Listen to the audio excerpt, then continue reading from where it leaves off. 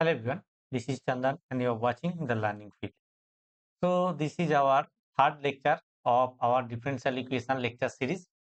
So in the previous two lecture series, we have covered, first we introduced the differential equation introduction portion, and in the second lecture we have discussed about the singular solution more specifically and deeply. So those who have not seen these two lectures, so please go to the description. I will share the complete playlist in my description section. You can watch one by one lectures. So in this lecture we are going to discuss the first order and first degree differential equation, and more specifically the existence and uniqueness theorem, that is most important for from this portion. Fine. And one more thing I want to share is that, so I have shared some books. So in this lecture, we will use this book, the Elementary Differential Equations and Boundary Value Problems by Boas, Diprima and Mead. And this book is books from Wiley Publication. Okay. So see, what is the first order and first degree differential equation? A general differential equation of first degree and first order is of the form dy dx equal to fxy or mdx plus ndy. Some standard methods of solving this first order first degree differential equation is separation of variable, then homogeneous equations, then linear differential equations of first order, and their extension are some equations that can be reducible to the separable form. Some equations can be reducible to the homogeneous form, and some equations as same form they can be reducible to the linear first order differential equation form. So there is a theorem that says actually, let px plus dy dx plus qxy equal to rxb and first order first degree differential equation, then there exists x naught y naught such that y x not equal to y naught, the differential equation has unique solution if px not equal to 0. So for existence of a differential equation, you can see this one theorem, but we will come the very important theorems later in this lecture, so stay tuned.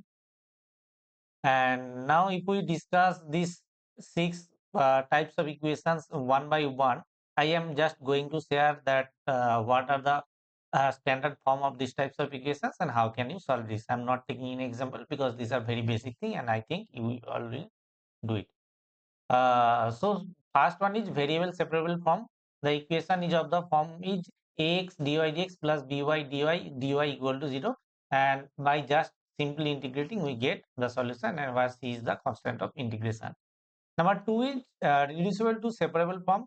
If the differential equation is like dy dx plus dy dx equal to this form ax plus by plus c, then by putting ax plus by plus c equal to z, and we can reduce to the above format. Number three is homogeneous differential equation. We all know that if we can write that f of y by x equal to some lambda to the power n f of or xy lambda to the power n f of f to the power f of x to the power n, I think y to the power n, this is equal to lambda to the power n f x y. I think this is the definition of differential equation, or whatever maybe, just I will remember, I will share for you remember. So dy dx equal to gxy. Our in differential equation, if dy dx equal to gxy by hxy, both g are homogeneous functions of same degree in xy, then we put y equal to vx to solve this question, and then by differentiating this and putting in this equation, I think you all know that. I'm not giving here the example. Reducible to homogeneous form, dy dx equal to this form a1x plus b1y plus c1 and a2x plus b2y plus c2. Then if there are two cases, if a1 by a2 not equal to b1 by b2, then why we do, by take by put y equal to capital X plus h and small y equal to capital Y plus k, and then differentiating these two things, then by putting in this original equation we can reduce this equation to homogeneous form, and by taking y equal to bx and by differentiating we put the value, then get the solution. And another case is a1 by e2 equal to b1 by b2. That means the functions g and h are parallel functions. So if that happens, then we put simple one thing, ax plus by equal to b. Then both the functions f and g are reduces to same format. And equate the constant from the numerator and denominator to 0, find h and k. This is, you all know that these things. So next one is linear differential equation of first order.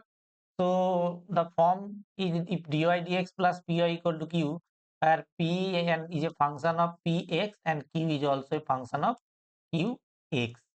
Then the direct solution is y e to the power p dx plus e to the power integration e to the power p dx into q plus c equal to 0, where this e to the power integration p dx is the integrating factor. I am coming to one slide for the integrating factor, what is integrating factor and so on. So then number 6 is reducible to linear differential equation. This form we all know that this is a very common form, dy dx plus py equal to qy to the power n. Then by dividing y to the power n and putting y to the power 1 minus n equal to z, by differentiating, then we put the value in this equation. Then this equation reduces to some dy dz plus py p dash y equal to q dash, and similarly we can solve this equation same as in 5. Now this is very important thing, the existence and uniqueness theorem for first order linear differential equation, this one. And this is we take from the book introduction elementary differential equation that I have shared it.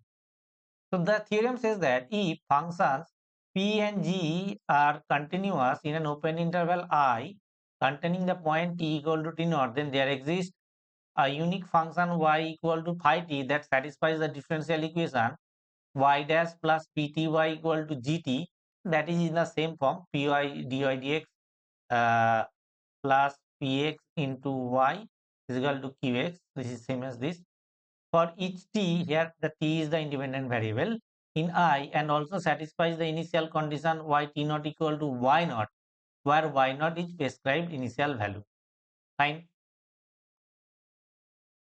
So, and the second theorem says that let the function f and del f del y be continuous in some rectangle a alpha less than t, alpha t belongs to alpha beta and gamma delta for y interval containing the point t naught y naught, then for some interval t naught minus h less than t naught plus h contained in alpha less than t less than beta, there is a unique solution. So these are the existence and uniqueness solution. This is for linear equation and this is for non-linear equation. Y equal to phi t of the initial value problem, y dash equal to f t y, where y t naught equal to y naught. Fine. So these are the two theorems for the linear differential equation and for the non-linear differential equation. Fine. The existence and uniqueness solution. Now to understand this with proper example, here we take this example. This example is also from this book. It says that this is for this problem ty naught ty dash plus 2y equal to 40 square y1 equal to 1 has unique solution. So see, rewriting this equation 10 in the standard form, y dash plus 2y ty equal to 40. So pt equal to 2 by t and gt equal to 40. For the equation g is continuous, so obviously g function is 40 is a continuous function for t, while p is continuous only for t less than 0 and for t greater than 0, because pt equal to what? P equal to 2 by t and this function has a discontinuity at 0. So for the interval t greater than 0 contain the point, obviously what is the point? This point is y t equal to 2. Consequently, the theorem 2.4.1 guarantees the problem 7. So keep that line. On that interval 0 less than t less than infinity. In example 4, we can skip this. We found that solution of the initial value problem will be this. If we solve this, we get the solution this function for t greater than 0. Now suppose the initial condition 11 that is given, change to y prime minus 1 equal to 2. Then the theorem 2.4.1 asserts the existence of unique solution for t less than 0. So as you can readily verify that the solution again given by equation 12, that is this equation, by now for the interval t less than 0.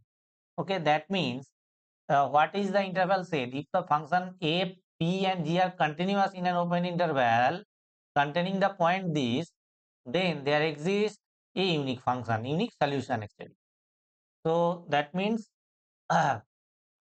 if this px and this qx are continuous in any open interval x, suppose for x equal to a to b, then the initial condition, suppose x equal to x naught is given, that means x naught should be belongs to on that interval, then there exists an unique solution. This is the main thing of this theme of this case.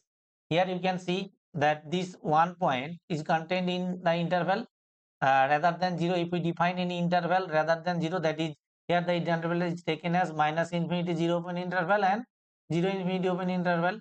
In any one of these interval, y equal to 1 or y, we take y t not equal to 1 or t not equal to minus 1. So 1 is contained in this interval and minus 1 is contained in this interval. In both the cases, this differential equation has unique solution by the theorem 2.4.1, this theory. Fine. Now comes to another example. And this types of problem is very important. I think you all faces this problem in CSIR-NET. So y dash equal to 1 y to the power 1/3 y0 equal to 0. What even equation 2.4.2 have said? They said the function f and del f del y must be continuous, and this is the function. So y dash equal to f. So here y dash equal to given that y to the power 1/3. That means f x y, this is equal to y to the power 1/3, and for t greater equal to 0. So while f equal to this is continuous, there is no problem, but del f del y equal to 1/3 y to the power minus 2 part, that does not exist when y equal to 0.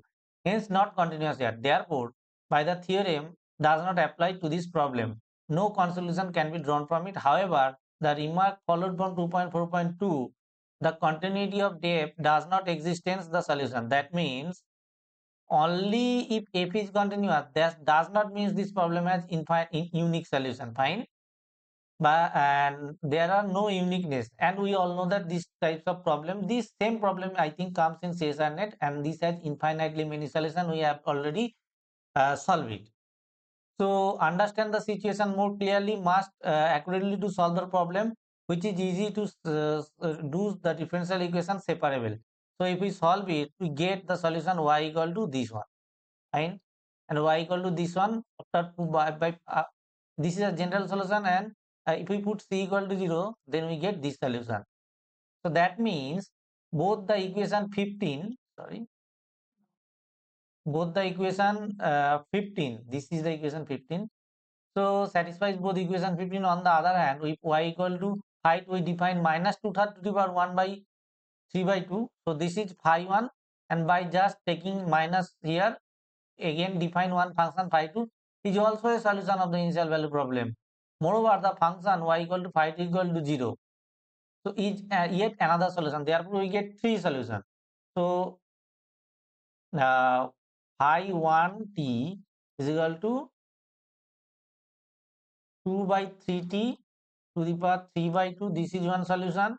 Phi 2t is equal to 2 by 3 minus t to the power 3/2. This is one solution. Phi 3t or phi 3 equal to 0. This is again another solution. So there are three solutions. So indeed, for the arbitrary positive t to the function y equal to qt, so for 0 less equal to t less than t is not, there is a solution which is 0 and plus minus t naught for t greater equal to t naught. So these two solution actually comes from this portion, the second portion, and these are the branches of solution. So phi 1t, this one phi 1t, this one phi 2t, these are the chi t for different values of t naught that is given in the problem, and for minus t naught, right, for the minus points, these branches are the solution. So see how beautifully they derive they actually shows the validation of the theorem of existence and uniqueness of nonlinear first order differential equation. Fine. So that means when these types of problem comes, you may definitely can solve this problem by just doing this theorem and by definitely reading this explanation here that is given. So if you want to read more, then definitely read the book Elementary Differential Equation and Boundary Value Problem by Wiley Publications, fine, that I have already shared in this video. Now what is exact differential equation? We all know that an equation is of the form mdx plus ndy equal to 0 is exact if del m del y equal to del n del x, and the solution is exact differential equation can be written as mdx treating y as a constant and terms of n that not containing x into dy equal to constant. Now what is the integrating factor? You already know these types of thing, but just for your reminder, one I just take these classes. These are very basic classes. An integrating factor is a function, usually mu x or mu xy multiplied into non-exact differential equation to make it integrable. Fine. For linear equation, it is equal p dx. This is the integrating factor. For linear equation, this dx dy plus py equal to y qy integration. It is equal py dy. For non-exact differential equation, if my minus nx by n is a function of x only, then mu x equal to e to the power this is the integrating factor, and this is function of y only, then mu y equal to e to the power these are the integrating factors, right?